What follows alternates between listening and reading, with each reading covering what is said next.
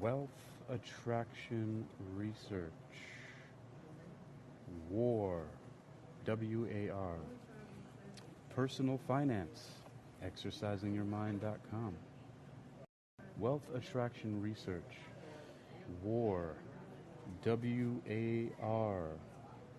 Personal finance. Exercising your mind.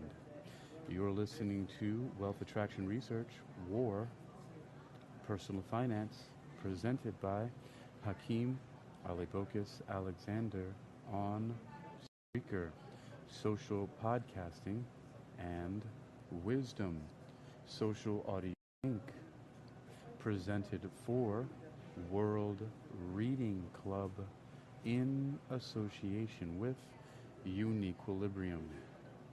This edition's reading focus comes to us from a section in How to Flourish by Aristotle, selections from the Nicomachean Ethics. The section is Personal Finance, and then second, following up with the Little Book of Economics, there's a section called Money and Goods Flow Between Producers and Consumers, the circular flow of the economy. And then finally, from How Money Works, and a section called Cash Flow, which I've been definitely waiting for. Cash flow, by the way, is one of the key phrases that you should know in the 6 most important words in building wealth. And those words are income, expenses, assets, liabilities, cash flow. I was reading earlier, welcome Marcianne, from How to Flourish, an Ancient Guide to Living Well with Aristotle. And it got to a section after, in the Virtue and Vice in Action, I read about bravery and then about food, drink, and sex. And it ended on, hey Christopher, how you doing? It ended on, the section called Personal Finance, or at least that's where I stopped and opened up a new room. By the way, Christopher, I don't know if you noticed, if you look in the Wisdom app on your Android device now, you'll see that there's an updated section where the questions have returned without an update, by the way, because there's no updates available in the app. But when I went in there, if you take a look and you go to, well, actually, where is it? Let me check here. Where did I find it? It's not in the Connect. Oh, yes. So when you hit the mic, that's where it was. It was hidden in a place that we couldn't find it. So when you hit on the mic, like to stop recording, in the middle you'll see post, and it says add a question or topic to talk about. To the right, it says go live, and then there's an updated situation going there. And then there are questions, and then you can go to the question section. So it's actually in the middle. So not in underneath the little bell anymore, where it has who's followed you in the events. Clicking on the mic, yeah. Then you'll see that stuff there. I found it. No, sir, you are my hero. So this is, yes, I know, as you said, it's your bread and butter. So I found it as I was looking around at everything. I said, hey, why is that there? So there you go, brother. So this is interesting because, as it would have it, I don't know what you would call this, Chris, Mr. Scientist over here, but these things seem to always kind of work out for me in my favor. Like the fact that I read earlier from the books How Money Works, and then the Little Book of Economics. And then as I was walking around in the bookstore, I'm actually in Hampton now, so the other city next to Newport News, and I was reading about the sexual virtue and vice in action, and finished bravery, and then the section on food, drink, and sex. And when I stopped there, it came to a section on personal finance. And I thought that was cool because now I can continue from personal finance and go into the sections on circular flow of the economy, and then carry on to cash flow in the other 2 books I have. So this won't be very long. Let's see, I think I might have started 5 minutes before 6, so about 5:55 probably, and I will go no longer than an hour until 6:55, at least for this reading and sharing here in this Wealth Attraction Research talk and podcast, simply titled Personal Finance. So let's take a look at what Aristotle has, and then we'll get into the the deeper parts of how money works and economics. Yes, all the exciting stuff, everybody.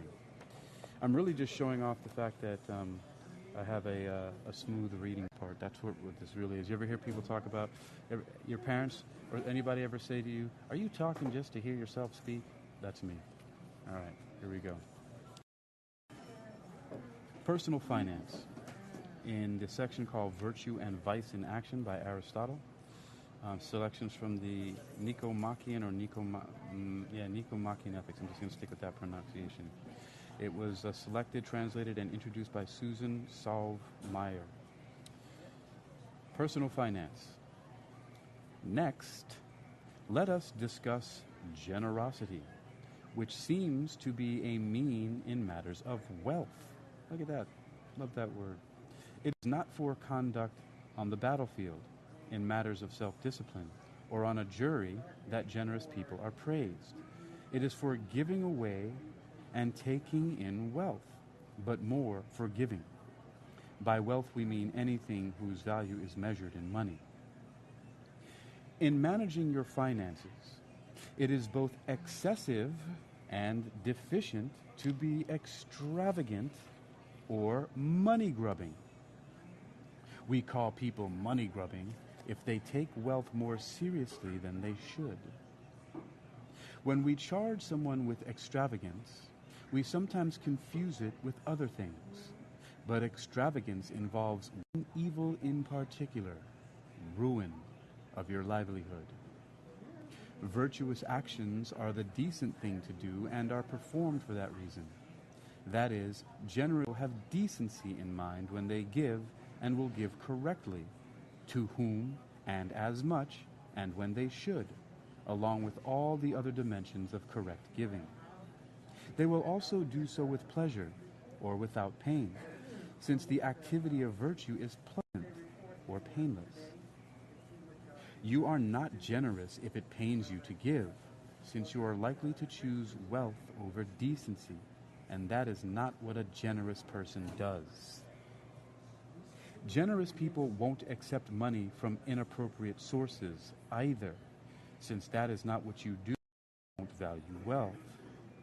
They are not even inclined to ask for it, since people who perform good services do not find it easy to receive them. They will give abundantly, even to excess, leaving themselves a lesser share, since it is characteristic of generous people not to be looking out for their own interests. What counts as generous depends on your resources. A gift is not generous, or a gift is generous not in virtue of its size, but in virtue to the giver's disposition, which is to give in line with their resources. Let me read that again.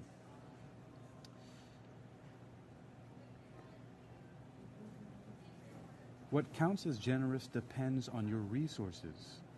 A gift is generous not in virtue of its size, but in virtue to the giver's disposition, which is to give in line with their resources. It is possible to be more generous while giving a smaller amount if you are giving from lesser resources. A generous person is also easy to do business with. They can be taken advantage of since they do not value wealth and are more upset if they have failed to pay out what they should have than if they have paid out what they did not have to. Interesting. A generous person is also easy to do business with. They can be taken advantage of since they do not value wealth and are more upset if they have failed to pay out what they should have than if they have paid out what they did not have to. That is that's hitting me in the heart right there. Continuing, we have stated that extravagance and money grubbing are excessive and deficient in both activities. Giving away and taking in wealth, we include spending under giving. Extravagant people, read that again. We have stated that extravagance and money grubbing are excessive and deficient in both activities, giving away and taking in wealth. we include spending under giving. Extravagant people go to excess in giving and refusing to take, and they are deficient at taking. Money grubbers give too seldom and take in too often, except in small matters. The two aspects of extravagance are not easily combined, because it is difficult to give to everyone while taking in from nowhere. If you give away your own property, you will quickly run out, and this does seem to be extravagant. Even if considerably better than money grubbing, it doesn't impress us as a defect of character, since giving to excess without taking any in is not vicious or ill-bred, just simple-minded.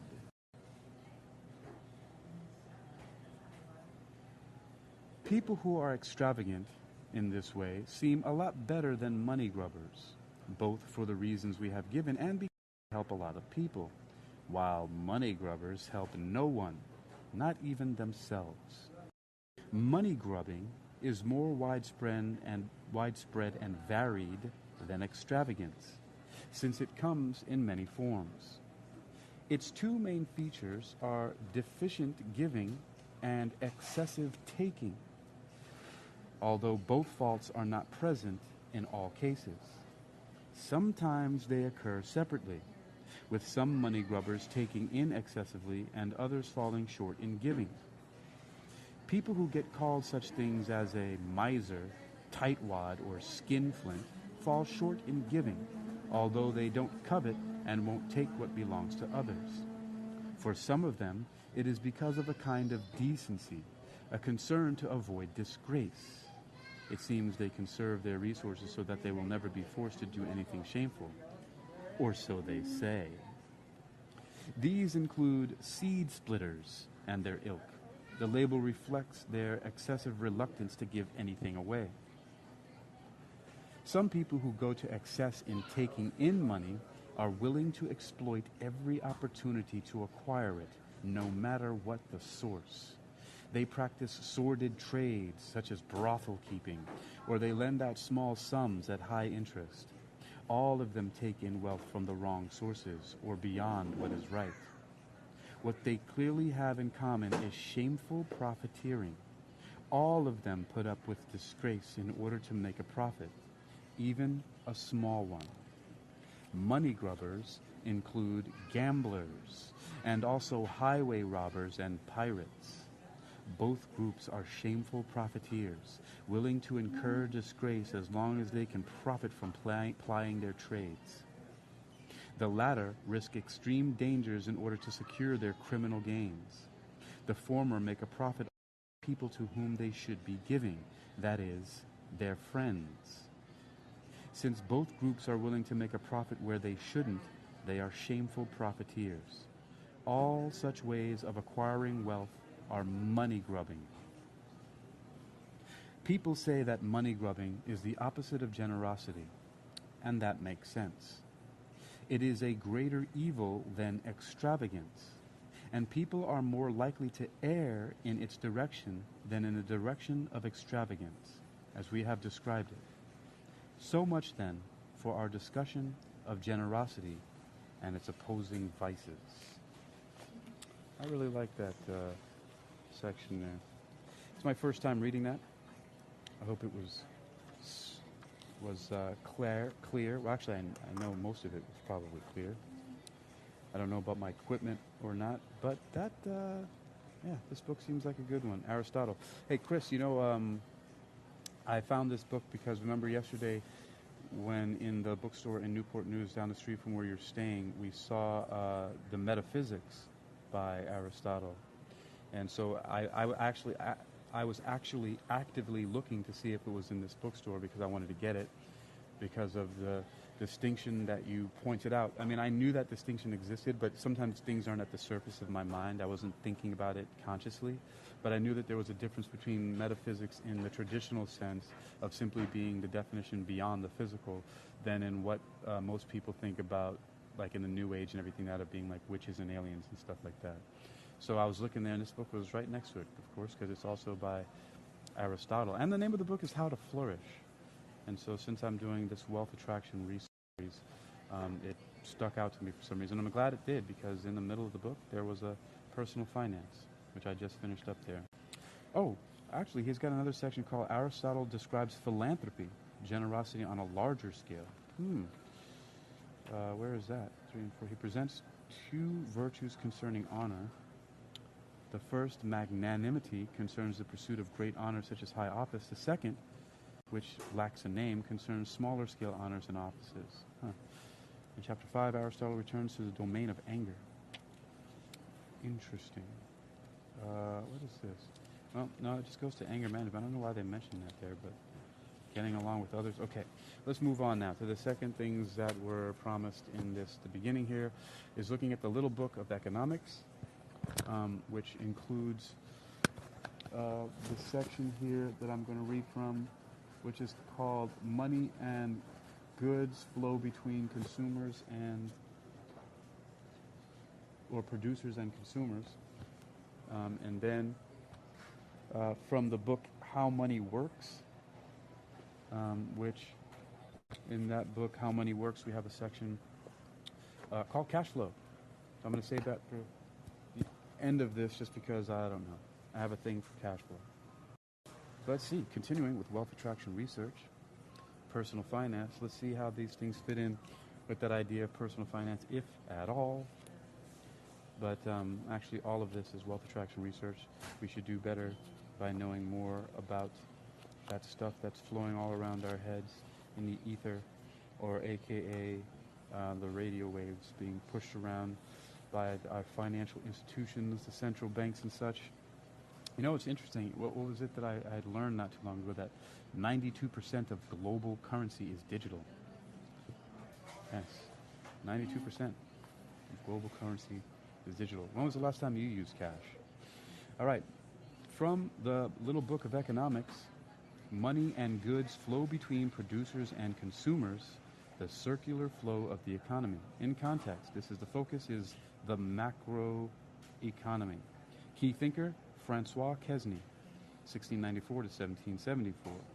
Before him, in 1664 to 1676, English economist William Petty introduces the concepts of national income and expenditure. Well, I learned about him in the last section called The Economy Can Be Counted, Measuring Wealth. 1755, Irish merchant banker Richard Cantillon's essay, first published in France, discusses the circulation of money from the city to the countryside. And after Mr. Francois Quesnay, in 1885, Karl Marx's Capital describes the circulation using a model inspired by Quesnay. And in the 1930s, Russian-American economist Simon Kuznets develops modern national income accounting. I actually have a work by Marx here called the Communist Manifesto, which I haven't really gotten too deeply into, but I wonder what that holds in store. All right, continuing with money and goods flow between producers and consumers, the circular flow of the economy.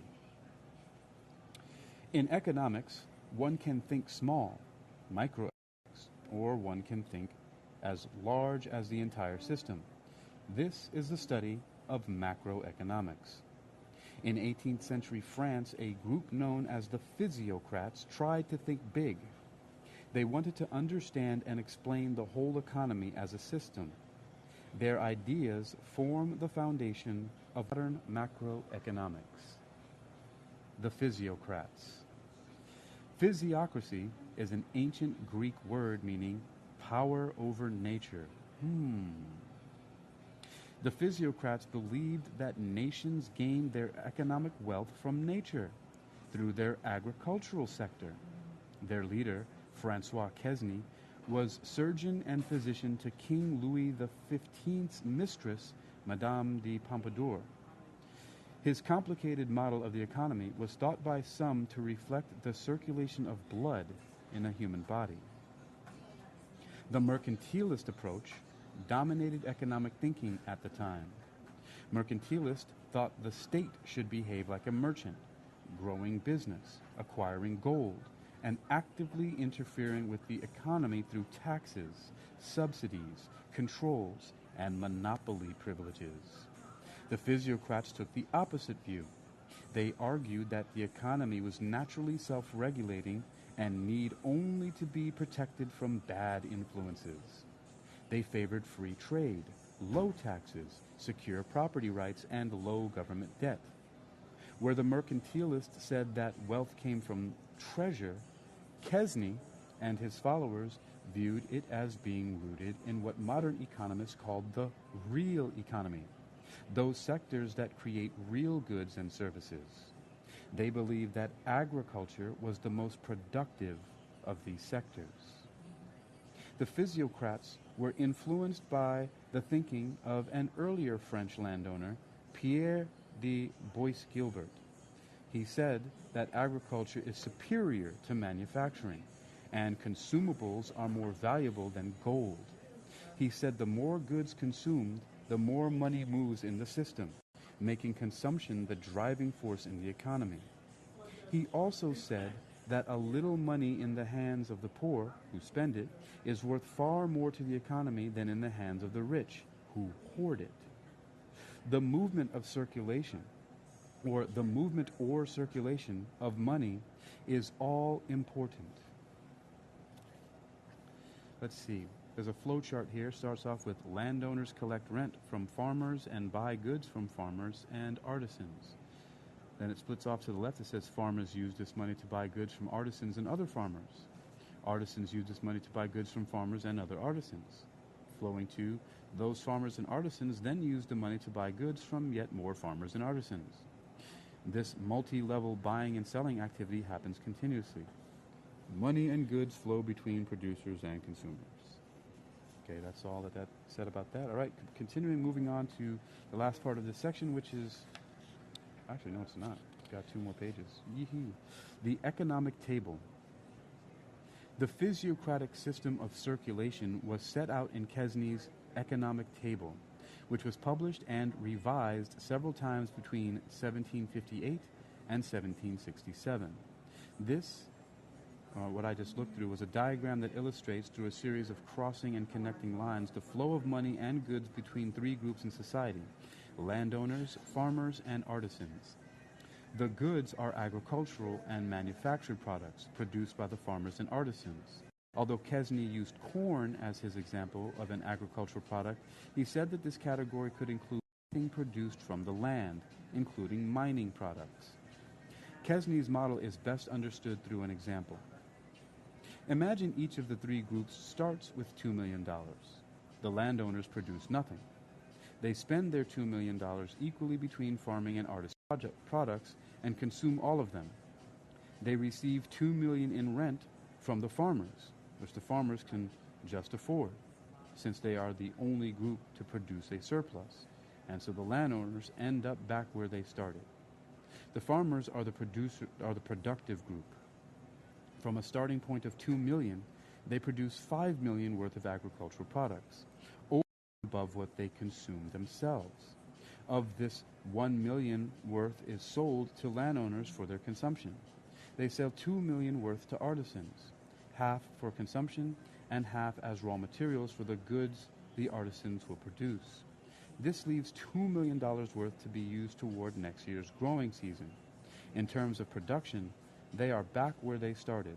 However, they also have $3 million from sales, of which they spend $2 million on rent and $1 million on artisan goods. That's tools and agricultural implements and so on. Looks like the farmers are the producers here in the physiocrat system. It actually makes a lot of sense to me. Quote, "Let the sum total of the revenues be annually returned into and along the entire course of circulation." Francois Kesney. Kesney referred to any group outside the land-based farmers and landowners as sterile, because he believed that they could not produce a net surplus. The artisans, in this instance, used their starting amount of $2 million to produce $2 million worth of manufactured goods over and above what they consume themselves. These are sold equally to landowners and farmers. but they spend their entire revenue on agricultural products, 1 million for their own consumption and 1 million on raw materials. They have consumed everything they have. Kesney's model does more than present end-of-year results.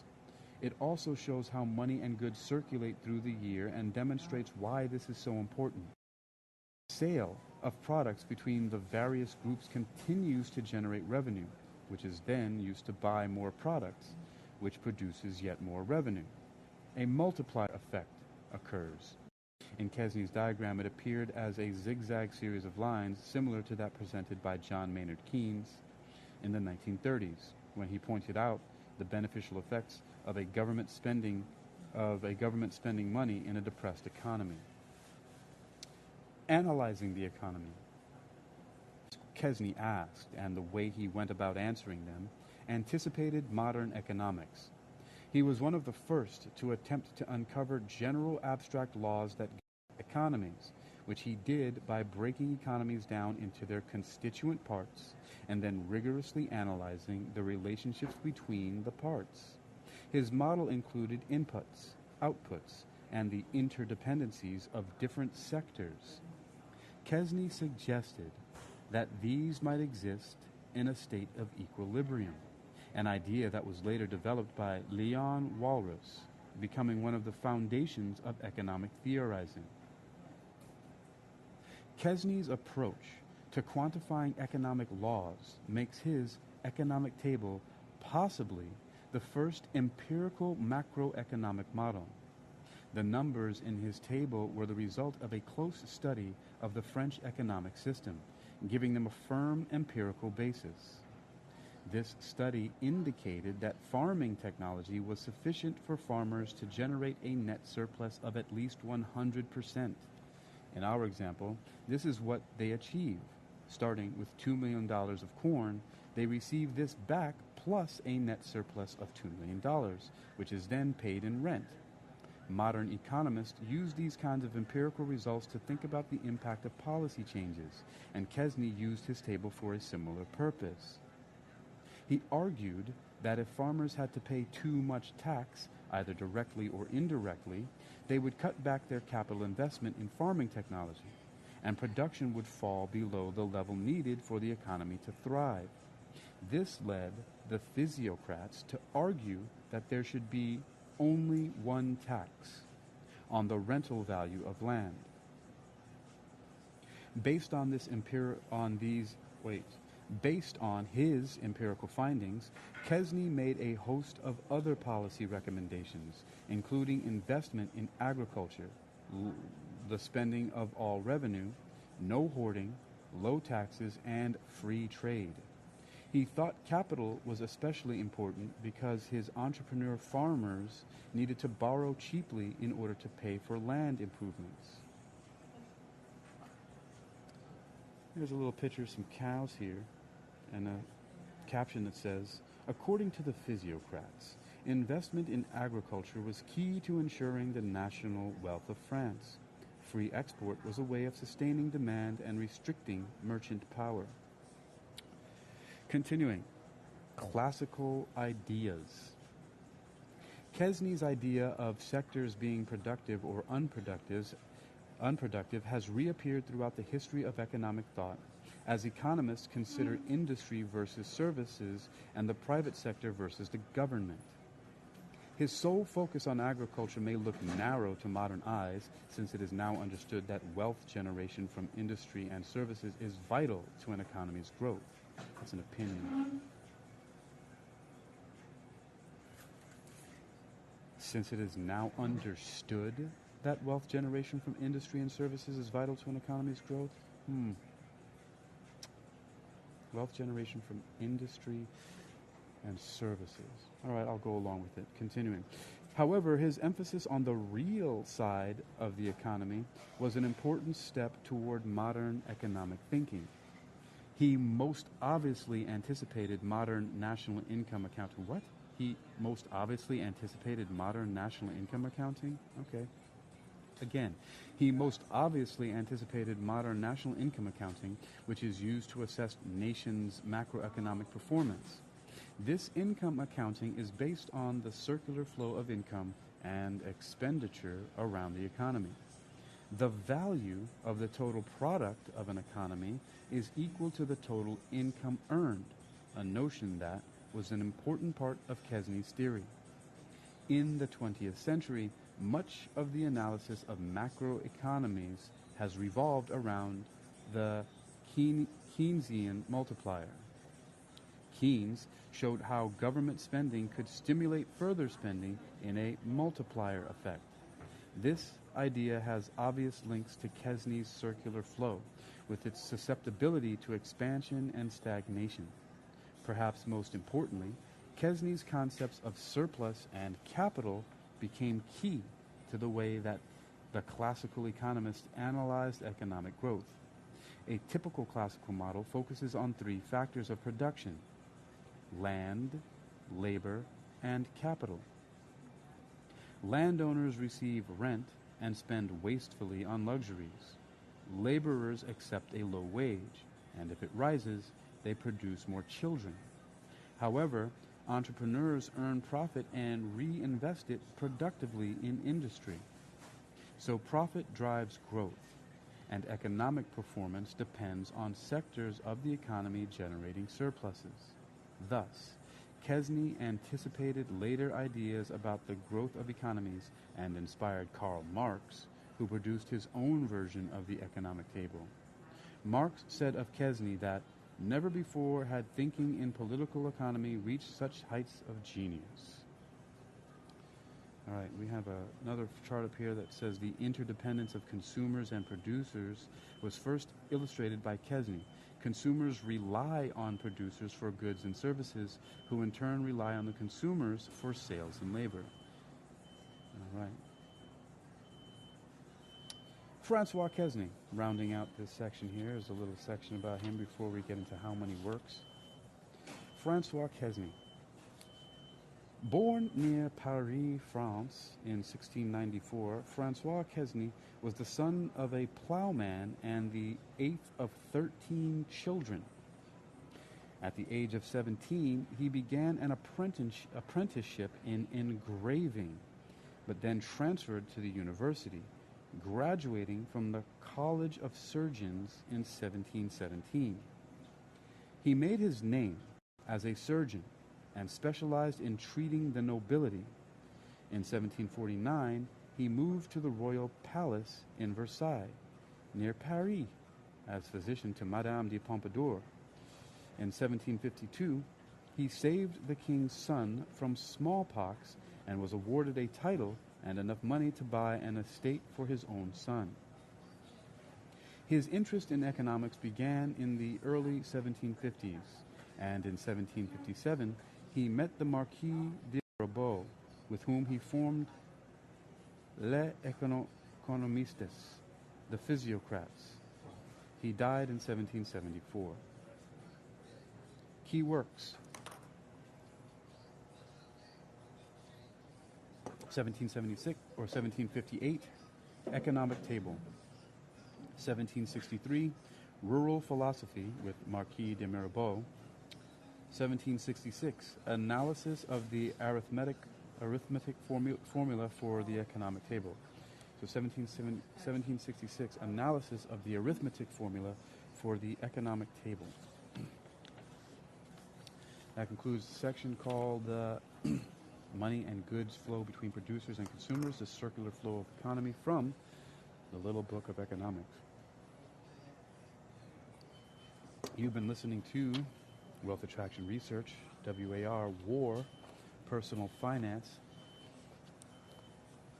First started off with personal finance from Aristotle's How to Flourish. Then finished just here in the Little Book of Economics. And now, moving on to how money works. My favorite two words, some of my favorite two words in personal finance, which is cash flow. I wonder if it'll be as satisfying as I hope it would for me to read. Oh, wow, good. There's extra sections. These two sections are interesting. All right, we got cash flow, again, from How Money Works. The facts visually explained, well, I can see the visuals. But hopefully, well, I trust that the reading of this will be illustrative enough. Here we go. This is the section on cash flow. Cash flow. The money coming into and going out of a business is called cash flow. Inflows arise from financing, operations, and investment, while outflows include expenses, costs of raw materials, and capital costs. Capital, investment and lump sums. Main source of cash flow for startups. Additional cash injection after the initial startup. Revenue from flotation, going public, of private companies, and from shares issued by public companies. Also known as cash flow from investing activities. Cash flow. Sales revenue. Cash for goods and services sold. This is revenue generated by core operations. Profit that does not have to be repaid, unlike loans or capital. Payment received for goods and services provided, and also known as cash flow from operating activities. Sales revenue. Loans, bank loans, and overdrafts. Working capital loans to meet shortfalls using anticipated income as collateral. Advances on sales invoices from factoring, that's payment collecting companies. Short-term overdrafts, also known as cash flow from financing activities. Loans. Other revenue. Grants, donations, and windfalls.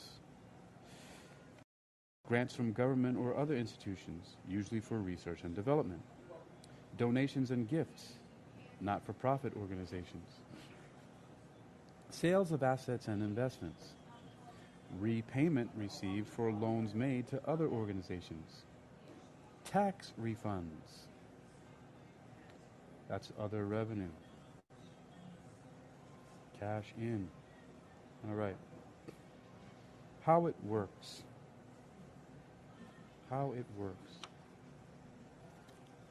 Cash flow is the movement of cash into and out of a business over a set period of time. Cash flows in from the sale of goods and services, from loans, capital investment, and other sources. It flows out to pay rent, utilities, employees, suppliers, and interest on loans. Timing income to correspond with outgoings is key. That's called budgeting. Timing income to correspond with outgoings is key. Oh, looky here. So cash goes out, flows out to salaries and wages, payments to employees, money paid to employees who are directly involved in the creation of goods or the provision of services. Salaries paid to staff as a fixed monthly or weekly amount based on annual rate. Wages paid to contractors for hours, days, or weeks worked. Overhead cash flows out to overhead, payment of bills, the rental cost of commercial property, utility bills, that's water, electricity, gas, telephone, and internet, office supplies, and stationery. Also, salaries and wages of employees not directly involved in creating goods and services, known as indirect labor.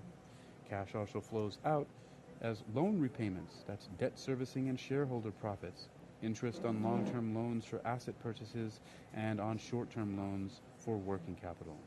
Repayment on loans. Commission paid to factoring, that's payment collecting companies. And share repurchases and dividend payments to shareholders. Cash in hand. Or stock. Cash out. Suppliers, payment for materials and services. Cost of raw materials needed to manufacture goods for sale. Cost of stock, local or imported. Fees for services, that's consulting or advertising, to generate revenue. And payments to contractors involved in providing goods and services, that's suppliers. Tax, cash out. Payments to tax authorities. Corporation tax based on profits shown in annual financial statements. Payroll tax paid by employers on behalf of employees. sales tax and or VAT or VAT on goods or services, and the type and rate of taxes vary depending on national tax laws. Also, cash flows out to equipment, purchase of fixed assets, like the cost of building and equipment, or cost of building and equipment, such as computers and phones, office furniture, vehicles, plant, and machinery, offset by depreciation. All right. This is a couple more pages here of, we got a cool section called cash flow management. If you don't reckon this way, maybe consider that even though they're talking about businesses, it's an interesting way to look at your own personal finance, to hack into the system. There is a hack. Money flows all around us all the time, and it's not always used in the best ways. But if you can hack into it and get out of that matrix, that's what this stuff is talking about here. Cash flow management. The survival of a business depends on how it handles its cash flow. A company's ability to convert its earnings into cash, its liquidity, is equally important. No matter how profitable a business is, it may become insolvent if it cannot pay its bills on time. A new business may even become a victim of its own success and through insolvency by overtrading if, for example, it spends too much on expansion before payments come in and then runs out of cash to pay debts and liabilities. In order to manage cash flow, it is essential for companies to forecast cash inflows and outflows. Sales predictions and cash conversion rates are important. A schedule of when payments are due from customers and of when a business has to pay its own wages, bills, suppliers, debts, and other costs can help to predict shortfalls. If cash flow is mismanaged, a business may have to handle before it receives payment, leading to cash shortages. Smart businesses, such as supermarkets, receive stock on credit but are paid in cash, generating a cash surplus. Warning. Top 5 cash flow problems. The slow payment of invoices. A gap between credit terms, for example, outgoings set at 30 days and invoices set at 60 to 120 days. A decline in sales due to the economic climate, competition, or the product becoming outmoded. Underpriced products, usually in startups that are competing. And excessive outlay on payroll and overheads, for example, when buying rather than hiring assets. Let's look at positive and negative cash flow. Cash in hand increases. Positive cash flow. Cash flowing into the business is greater than cash flowing out. That's what positive cash flow means. The stock or reserve of cash increases. A business in this position is thriving. Stable cash flow. Cash flows into the business at the same rate at which it flows out. A business doing well may decide that it can afford to increase its investments or pay higher dividends. Despite these extra expenses, the fact that its cash stock remains stable is a sign that a business is healthy. So that's healthy. Whereas positive cash flow, remember, it was greater cash in than cash flowing out. But they say that a business is healthy if it kind of breaks even. And then we have negative cash flow. Less cash is flowing into the business, flowing out. Over time, the stock of cash will decrease and the business will face difficulties. And then finally, bankruptcy. If cash flowing out continues to exceed cash flowing in, Cash levels will drop so low that the business will become insolvent, having no cash to pay its bills. Right? Can you see the similarity to a person? They're talking there. Like that's what everybody can be paying attention to. Possible. Cash flow management. Need to know. Factor. A third party which, for a commission, collects payments from a business's customers. Accounts payable. Payments a business has to make to others. Accounts receivable. Payments a business is due to receive. Aging schedule. A table charting accounts payable and accounts receivable according to their dates. Cash flow gap. The interval between when payments are made and when received. Cash conversion. Successful businesses convert their product or service into cash inflows before their bills are due. Operating cash flow. Inflows and outflows relating to a company's day-to-day activity. Investing cash flow. Movement of money into and out of a company from investments in bonds, business or stock markets. And financing cash flow. Payments due to or from debtors and creditors. Did you know that 80% of small business startups fail due to a poor cash flow management? 17 years in the house. All right. Handling the cash flow. A business with a cash surplus might invest or move excess cash into an account where it will earn interest. Interest rates these days are low, but hey. Upgrade equipment to improve production efficiency. They also may handle the cash flow with surplus by taking on new staff, products, or buy other companies to expand under business. We're talking big stuff here. They might also pay creditors early or pay down debt before it's due to improve credit credentials. That's something that I do. Like, for example, if my car payment is $390 and some 87 cents a month, I pay $400. It's only $10 more, right? And I point out some of those things like that because those are some of the simple things that people can do, if possible, to improve their position, their financial position. I remember that reminds me. This guy was like, "Hakeem, how's your silver position?"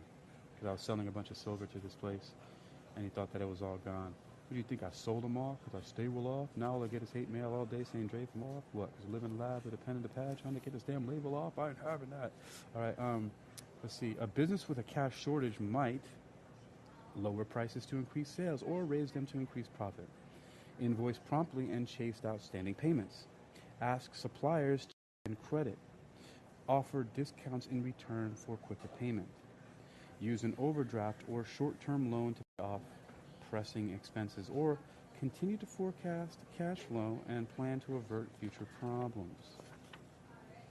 Well, I know, that may be boring, but hey, we got through it, and this was actually longer than usual sections of this. Oh, good. I'm just 10 minutes under an hour, so I'm not going over here. This was the section on cash flow, which was actually 4 pages rather than the usual 2 that I'm used to in this book. And also there was a longer section so this is how money works. And the previous section that I had read on, it was called Money and Goods Flow Between Producers and Consumers, the Circular Flow of the Economy, from the Little Book of Economics. That was also 4 pages, 2 that I'm used to with these books. But that's cool. That's interesting. Just an interesting coincidence. And of course, before that, I read a section on personal finance from Aristotle, where there was an interesting, I thought it was a cool segue that I just happened to find that in the book. And that was Aristotle, How to Flourish, an Ancient Guide to Living Well. Selections from the Nicomachean Ethics, selected, translated, and introduced by Solve Meyer. And you've been listening to Wealth Attraction Research, War, Personal Finance, presented by Hakeem Alibokis Alexander, here on Wisdom, Social Audio Inc., and Spreaker Social Podcasting, presented for World Reading Club in association with ExercisingYourMind.com and Uniquilibrium.